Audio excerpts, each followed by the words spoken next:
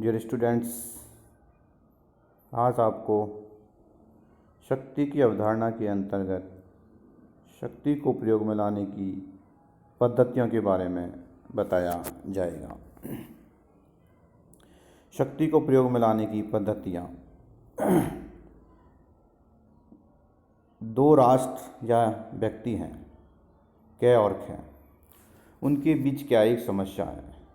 हम यह भी कल्पना करें कि क कुछ करना चाहता है और ख उससे कुछ भिन्न करना चाहता है। कल्पना कर रहे हैं, किसी भी वास्तविक परिस्थितियों में क ख को प्रभावित करने का प्रयास करेगा। प्रश्न है कि दोनों राष्ट्रों या व्यक्तियों को एक दूसरे के आचरण को प्रभावित करने के लिए क्या करना चाहिए। सामान्यतः इनके पास 4 विकल्प होते हैं। वे एक दूसरे को समझा बुझा सकते हैं, वे एक दूसरे को प्रलोभन भी दे सकते हैं, वे धमकी का भी प्रयोग कर सकते हैं और आवश्यकता पड़ने पर बल का भी प्रयोग कर सकते हैं। डॉक्टर महेंद्र कुमार लिखते हैं कि राज्य अन्य राज्यों से अपना अभिष्ट व्यवहार कराने के लिए जो विधियां या तरीका अपनाते हैं वे मुख्यतः 4 हैं: अनुनय, पारितोषिक या पुरस्कार, दंड और बल का प्रयोग। यदि अन्य राज्यों का व्यवहार नियंत्रित करने में की सामर्थ्य को शक्ति माना जाए तो इन विधियों को शक्ति के प्रयोग के साधन भी कहा जा सकता है। इस प्रकार स्पष्ट होता है कि शक्ति को प्रयोग में लाने के 4 तरीके होते हैं: समझाना नंबर 1, नंबर 2 प्रलोभन, तीसरा है दंड और चौथा होता है शक्ति या बल। अब इनको शक्ति के जो ये 4 तरीके हैं इनको निम्न प्रकार से स्पष्ट किया जा सकता है। इसमें नंबर 1 आता है समझाना। शक्ति को प्रयोग में लाने का सबसे सुगम तरीका समझाने का ही है। यानी शक्ति का क्या सबसे पहला जो तरीका होता है, किसी व्यक्ति को क्या हम समझा सकते हैं। अगर समझने से वो मान जाए तो इससे अच्छा तरीका कुछ भी नहीं है। तो शक्ति को प्रयोग में लाने का सबसे सुगम तरीका क्या है? समझाने का है। अगर क को समझाने बुझाने को ख मान लेता है तो उसका परिणाम स्थायी होता है। उसका परिणाम कैसा होगा? स्थायी होगा। इस पद्धति को प्रयोग में लाने के लिए क को केवल एक काम करना है और वह यह है कि वह संपूर्ण परिस्थिति को इस प्रकार परिभाषित करे जिससे ख इस संबंध में अपना विचार बदल दे और इसकी बात मान ले। अंतर्राष्ट्रीय राजनीति में राजनय अर्थात डिप्लोमेसी का आधार समझाने की विधि ही है। राजनयिक प्रतिनिधि अन्य विरोधी राष्ट्रों के राजनयिक प्रतिनिधियों से अपने सुझाए तरीके के अनुसार व्यवहार कराने के लिए उन्हें तर्क और चातुर्य से प्रभावित करने की कोशिश करते हैं। एक राजनयिक की सफलता का मूल्यांकन इस आधार पर किया जाना चाहिए कि प्रलोभन, दंड और शक्ति की विधियों का सहारा लिए बिना समझाने की कला में वह सीमा तक उपयोग कर सका है। वह किस सीमा तक मतलब समझाने की विधियों का उपयोग कर सका है। ये क्या है? एक राष्ट्र की राजनय या डिप्लोमेसी का साधन माना जाता है।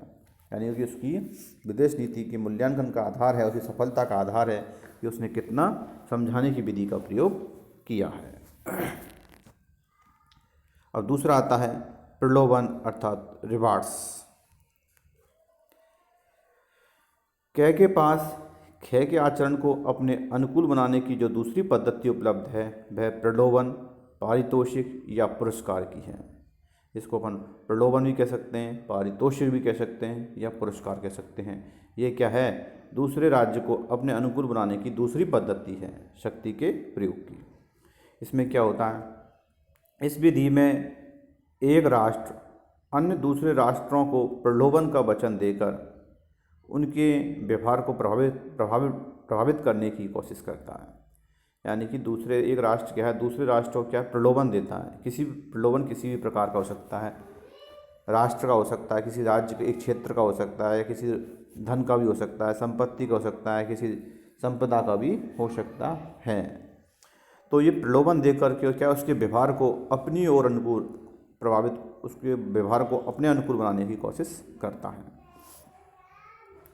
ये क्या है? प्रलोभन 4 प्रकार के हो सकते हैं। जैसे मनोवैज्ञानिक भी प्रलोभन हो सकता है, भौतिक भी हो सकता है, मैं बताया, आर्थिक भी हो सकता है और राजनीतिक भी हो सकता है।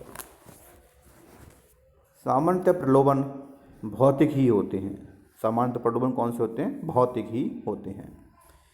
कै राष्ट्र ख को भूप्रदेश दे सकता है, सैनिक सहायता दे सकता है, सैनिक अड्डे दे सकता है या प्रशिक्षण सुविधाएं आदि का प्रलोभन दे सकता है, जो हम प्राय व्यवहार में देखते भी हैं। आजकल आर्थिक प्रलोभनों का विशिष्ट महत्व है। एक राष्ट्र दूसरे को अपनी तरफ मिलाने के लिए उसे कर्ज अथवा सहायता के रूप में धन दे सकता है। द्वितीय महायुद्ध के पश्चात अमेरिका और सोवियत संघ द्वारा जो आर्थिक सहायता की नीतियाँ अपनाई गई उसे प्रलोभन द्वारा शक्ति के प्रयोग की विधि ही कहा जा सकता है। द्वितीय महायुद्ध के बाद अमेरिका और सोवियत संघ ने क्या है, एक आर्थिक सहायता की नीति अपनाई, उसे हम इसी यानी प्रलोभन के अंतर्गत ही रख सकते हैं। राजनीतिक प्रलोभनों के अंतर्गत अधीनस्थ राज्य को स्वाधीन करने की बात किसी अंतर्राष्ट्रीय सम्मेलन के में अन्य राज्य के दृष्टिकोण को समर्थन देने की बात आती है। ये किसके अंतर्गत आता है? राजनीतिक प्रलोभन के अंतर्गत आता है, दूसरे राज्य को स्वाधीन देने के समर्थन की नीति के अंतर्गत। अब शक्ति के प्रयोग की एक अन्य विधि भी आती है, दंड, पनिशमेंट। शक्ति को प्रयोग में लाने का तीसरा तरीका दंड की धमकी देना है। दंड की धमकी देंगे इसको साहब। यदि ख समझाने और प्रलोभन के बावजूद भी वह काम करता है जिसे क जो है अवांछनीय समझता है, तो क उस स्थिति में ख को दंड की धमकी दे सकता है। मान लो क ने क्या है, ख को समझा लिया, प्रलोभन भी दे दिया, फिर भी वह नहीं मान रहा है, तो क्या होता है, ख को क्या है, दंड की धमकी दे सकता है। अंतर्राष्ट्रीय राजनीति में दंडात्मक कार्यों की कार्यान्विति आए दिन होती रहती है, और हम देखते हैं कि अंतर्राष्ट्रीय राजनीति के अंतर्गत ये दंडात्मक कार्य की जो होती है वो आए दिन इसकी परिणति होती रहती है। परंतु दंड को प्रभावशाली बनाने के लिए आवश्यक है कि उसकी केवल धमकी दी जाए, उसे प्रयोग में न लाया जाए। यानी कि क्या है, दंड को प्रभावशाली बनाने के लिए आवश्यक है कि उसकी केवल धमकी दी जाए, उसको प्रयोग में न लाया जाए। अब एक लास्ट जो है इसकी पद्धति आती है, बल या शक्ति, फोर्स। शक्ति को प्रयोग में लाने का अंतिम तरीका बल है। दंड और बल प्रयोग में भेद करने की आवश्यकता है, यानी कि दंड और बल में भी भेद है, ऐसा नहीं दोनों एक चीज़ हैं, ये दोनों अलग अलग हैं। दंड की निरोध के रूप में धमकी दी जाती है, दंड में केवल क्या दी जाती है, धमकी दी जाती है, परंतु जब सचमुच इस धमकी को अमल में लाया जाता है तो यह बल प्रयोग बन जाता है। यानी केवल अगर धमकी देंगे तो वो क्या, दंड रहता है, और अगर उसको सचमुच अमल में ला दिया गया जाता है बल को, दंड को, तो वह क्या बन जाता है, बल बन जाता है। अंतर्राष्ट्रीय राजनीति में बल प्रयोग का सबसे अधिक उग्र रूप युद्ध है। इसका यानी बल का भी सबसे अधिक उग्र रूप क्या होता है, युद्ध होता है। लास्ट अल्टरनेट क्या है, युद्ध। वस्तुतः वह बल प्रयोग का अंतिम चरण है। उसका प्रयोग केवल उस समय होता है जब संबद्ध राष्ट्र को समझाने से अथवा घूस से अथवा धमकी से अपने आचरण को बदलने के लिए बाध्य नहीं किया जा सकता, तब क्या है, इस बल या शक्ति या युद्ध का प्रयोग किया जाता है। शक्ति के प्रयोग के साधन के रूप में बल प्रयोग का सहारा आखिरी हथियार के रूप में ही लिया जाता है। इस प्रकार एक देश अपनी शक्ति को मनवाने के लिए इन समझाना, प्रलोभन, दंड, बल या शक्ति के प्रयोग के रूप में है अपनी शक्तियों का प्रदर्शन करता है, शक्तियों को प्रयोग में लाता है। धन्यवाद।